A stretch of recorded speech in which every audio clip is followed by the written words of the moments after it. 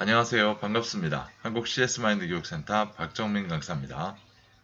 저희가 벌써 7번째 영상이네요. 2019년도 1회차 지난 1월 13일 날 봤던 B형 기출문제. 오늘 영상은 실무론 1번부터 실무론 10번까지 먼저 문제풀이를 하도록 하겠습니다. 자, 1번 문제부터 먼저 좀 볼까요? 1번 전화장치 처리 시스템과 컴퓨터 처리 시스템이 연동되어 전화와 컴퓨터가 연동되어 있다고 얘기합니다.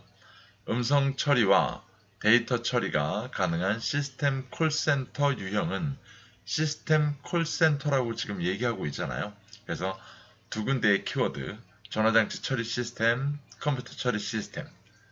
그 다음에 시스템 콜센터 유형은 뭡니까? 라고 보면 우리나라의 거의 92% 이상, 실제로 보면 98%까지라고 얘기하는데 92% 이상 정도가 다 채택하고 있는 시스템 콜센터 유형 대표적인 거 뭘까요?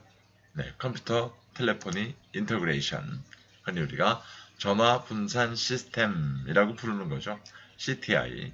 굉장히 수월하게 풀 수 있는 문제 유형이었습니다. 이 문제 같은 경우도 지금 저희가 알고 있는 건 VoIP, 그 다음에 PDS, 이 정도만 저희가 알고 있는 거지, 다른 보기 같은 경우도 솔직히 말씀드리면 원어를 다 써주기 전에는 좀 중의적 의미들이 좀 포함되어 있습니다. 그래서 이 문제에 대한 위에 문제에서 두 가지 키워드를 가지고 구별할 수 있는 거는 CTI, 대표적으로 이제 전화 분산 시스템이라는 걸로 알 수 있는 문제 유형이었습니다. 굉장히 수월한 문제죠. 다음 문제 보겠습니다. 다음 중 콜센터의 생산성을 효율적으로 관리하기 위해 고려해야 할 사항으로 보기 어려운 것은 무엇입니까? 자, 콜센터의 생산성이라는 걸 효율적으로 관리하겠답니다. 생산성이라는 관점은 예를 들어 콜센터만 따지고 놓고 봤을 때는 어떤 콜수의 확대, 증대 이런 관점으로 볼 수 있겠죠. 자, 그러면 1번 우수한 상담원의 채용. 틀린 말 아니죠. 맞습니다. 2번 상담원의 적절한 업무 배치. 이것도 맞죠. 3번 상담원에 대한 지속적인 교육. 이거 맞습니다. 4번 상담원의 재택근무 지원 및 혜택 금지. 자, 굳이 이걸 금지시켜야 되는 걸까요? 아니요. 이건 지원으로 바꾸는 게 맞죠. 금지보다는 지원하는 쪽으로 보시는 게 훨씬 더 큰 효과. 쉽게 해서 콜센터의 생산성 향상을 위한 효율적 방법 중에 한 가지다라고 보시는 게 맞습니다. 5번 상담원의 합리적인 평가와 이에 따른 보상. 이거 맞겠죠. 저희가 문제의 어떤 정확한 문제의 의미만 좀 알 수만 있다면 아래 보기를 객관적으로만 판단해가지고도 풀 수 있는 문제 유형이었습니다. 자, 이것도 굉장히 수월한 문제죠. 다음 문제 좀 보겠습니다. 다음 중 콜센터 업무 수행을 위한 스크립트 진행 과정에 대한 설명으로 가장 올바르지 않은 것. 자, 이번에는 이제 스크립트 얘기가 나옵니다. 스크립트가 이제 콜센터 생산성 향상을 위한, 결과적으로 이제 응대 속도, 응대 시간을 줄이겠습니다 라고 보는 관점이잖아요. 자, 이렇게 봤을 때 가장 올바르지 않은 것을 물어보고 있습니다.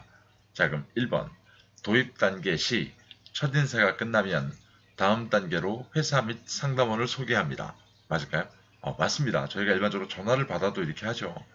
2번 통화의 상대방이 본인이 맞는지 반드시 확인하고 난 이후 계속 상담을 진행해야 됩니다. 맞아요?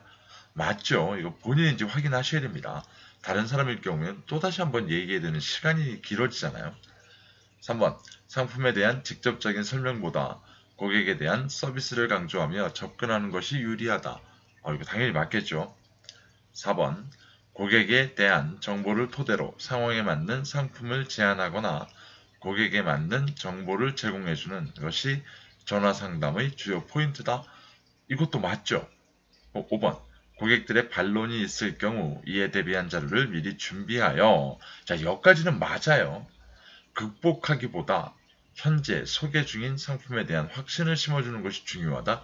극복하기보다, 자, 이건 맞지가 않죠. 극복하기보다 라는 관점은 해당되지 않습니다. 그래서 5번이 가장 올바르지 않은 내용이 되지 않을까 싶습니다. 되지 않을까가 아니라 됩니다. 그냥 해가지고 5번이 답이죠. 그렇게 좀 이해를 하시는 게 맞을 것 같습니다. 다음 문제.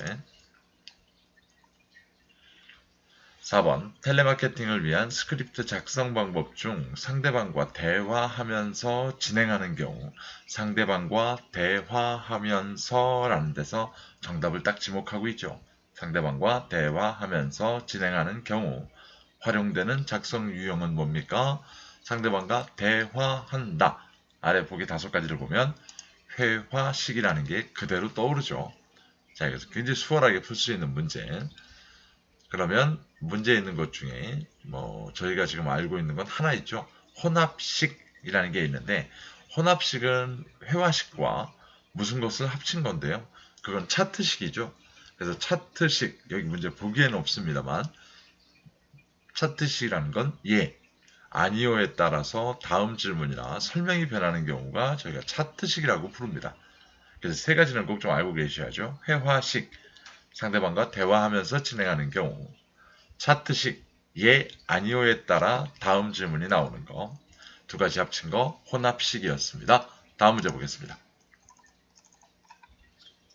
우리나라 콜센터 조직의 특성과 관련해 다음 보기의 내용에 해당하는 것은 자, 저희 시험 준비하시는 분들이 보시는 교재에는 잘 내용이 안 써져 있죠. 그럼에도 불구하고 최근 들어서 자꾸 나오는 문제 중에 한 가지입니다. 일단 보기를 좀 볼까요? 공식적으로 발표하지 않았는데도 좋지 않은 소문이나 근무 조건 변경 등의 내용이 콜센터 조직 내에 금방 확산되는 현상. 공식적으로 발표하지도 않았어요. 그럼 비공식적으로 왔다 갔다 한다는 얘기가 되겠죠. 금방 확산이 된답니다. 자, 여러분 저희가 이 2가지 키워드만 보고도 뭘 유추할 수 있을까요? 잘 유추가 안 된다면 밑에 거도 볼까요? 특정 사람에게만 알려준 정보가 대부분의 상담원들에게 재빠르게 전파되는 현상. 자, 위에는 금방 확산된다. 아래는 재빠르게 전파된다. 자, 이거 저희가 대표적으로 볼 수 있는 거, 네, 감기 바이러스처럼 막 순식간에 퍼져나가는 거죠. 바이러스. 자, 그래서 답은 뭘까요? 네, 콜센터 바이러스 현상을 얘기하고 있습니다. 아시는 것처럼 이 빠르게 퍼져나가는 이 바이러스라는 키워드에서 오는 것 때문에 바이럴 마케팅이라는 입소문 마케팅이라는 것도 있는 거잖아요. 그렇게 좀 이해를 하셔도 될 것 같습니다. 다음 문제 보겠습니다. 네, 다음 문제 벌써 나왔네요. 콜센터 매니지먼트 부재의 근본적인 원인으로 가장 거리가 먼 거. 자, 콜센터 매니지먼트 부재라고 얘기를 좀 하고 있어요. 이런 문제는 저희가 한 4년 만에 처음 보는 문제죠. 쉽게 자꾸 반복되는 문제의 유형은 아닌데 근본적인 원인과 가장 거리가 먼 거. 그러니까 부재는 아니라는 거죠. 네. 1번 콜센터 매니저의 업무 과중. 자, 이것 때문에 이제 매니지먼트 부재가 생긴다는 건 충분히 유추할 수 있습니다. 2번, 장기적 인재 육성 의욕과 관심의 부족. 이것도 맞는 얘기겠죠. 네, 해당하는 얘기겠죠. 맞는 얘기가 아니라. 3번, 전문화 표준화, 고급화되지 못한 조직 관리. 이것도 맞습니다. 그럼 4번, 텔레마케팅 산업의 급속한 퇴보로 인한 전문 인력 발생의 급증.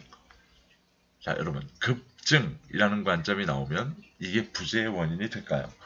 그렇지는 않을 겁니다. 그래서 4번이 표시되어 있는 내용 자체가 잘못되어 있는 내용이죠. 반대의 개념을 얘기해 놓은 거고요. 이 문제 같은 경우는 이렇게 객관적인 의미로 판단을 해서 정답을 유추하셔야만 되는 문제 유형이었습니다. 다음 문제 보겠습니다. 다음 중 소비자 기본법 및 시행령의 기본 개념과 정의에 대한 설명으로 올바르지 않은 건 무엇입니까? 자, 저희가 시험 보는 분들이 상당히 부담스러워하는 부분이기도 합니다. 1번, 소비자라 함은 사업자가 제공하는 물품 또는 용역을 소비생활을 위하여 사용하는 자 또는 생산활동을 위하여 사용하는 자로서 대통령령이 정하는 자를 말합니다. 맞죠? 이래서 소비생활자, 정책적 소비자 이렇게 나누기도 합니다.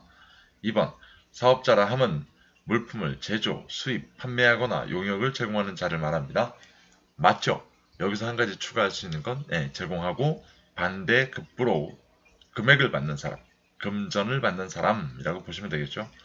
3번 소비자 단체라 함은 소비자의 권익을 증진하기 위하여 소비자가 조직한 단체를 말합니다. 맞죠? 우리나라 소비자 단체는 그래서 등록제로 운영됩니다. 4번 사업자 단체라 함은 5 이상의 사업자가 공동의 이익을 증진할 목적으로 조직한 단체를 말합니다. 그럴싸하죠. 자, 근데 이거 같은 경우가 5가 아니라 2입니다. 2. 둘 이상의 사업자라고 법에 명시가 되어 있습니다. 그러니까 이 문제 같은 경우는 상당히 쉽지 않았던 문제입니다.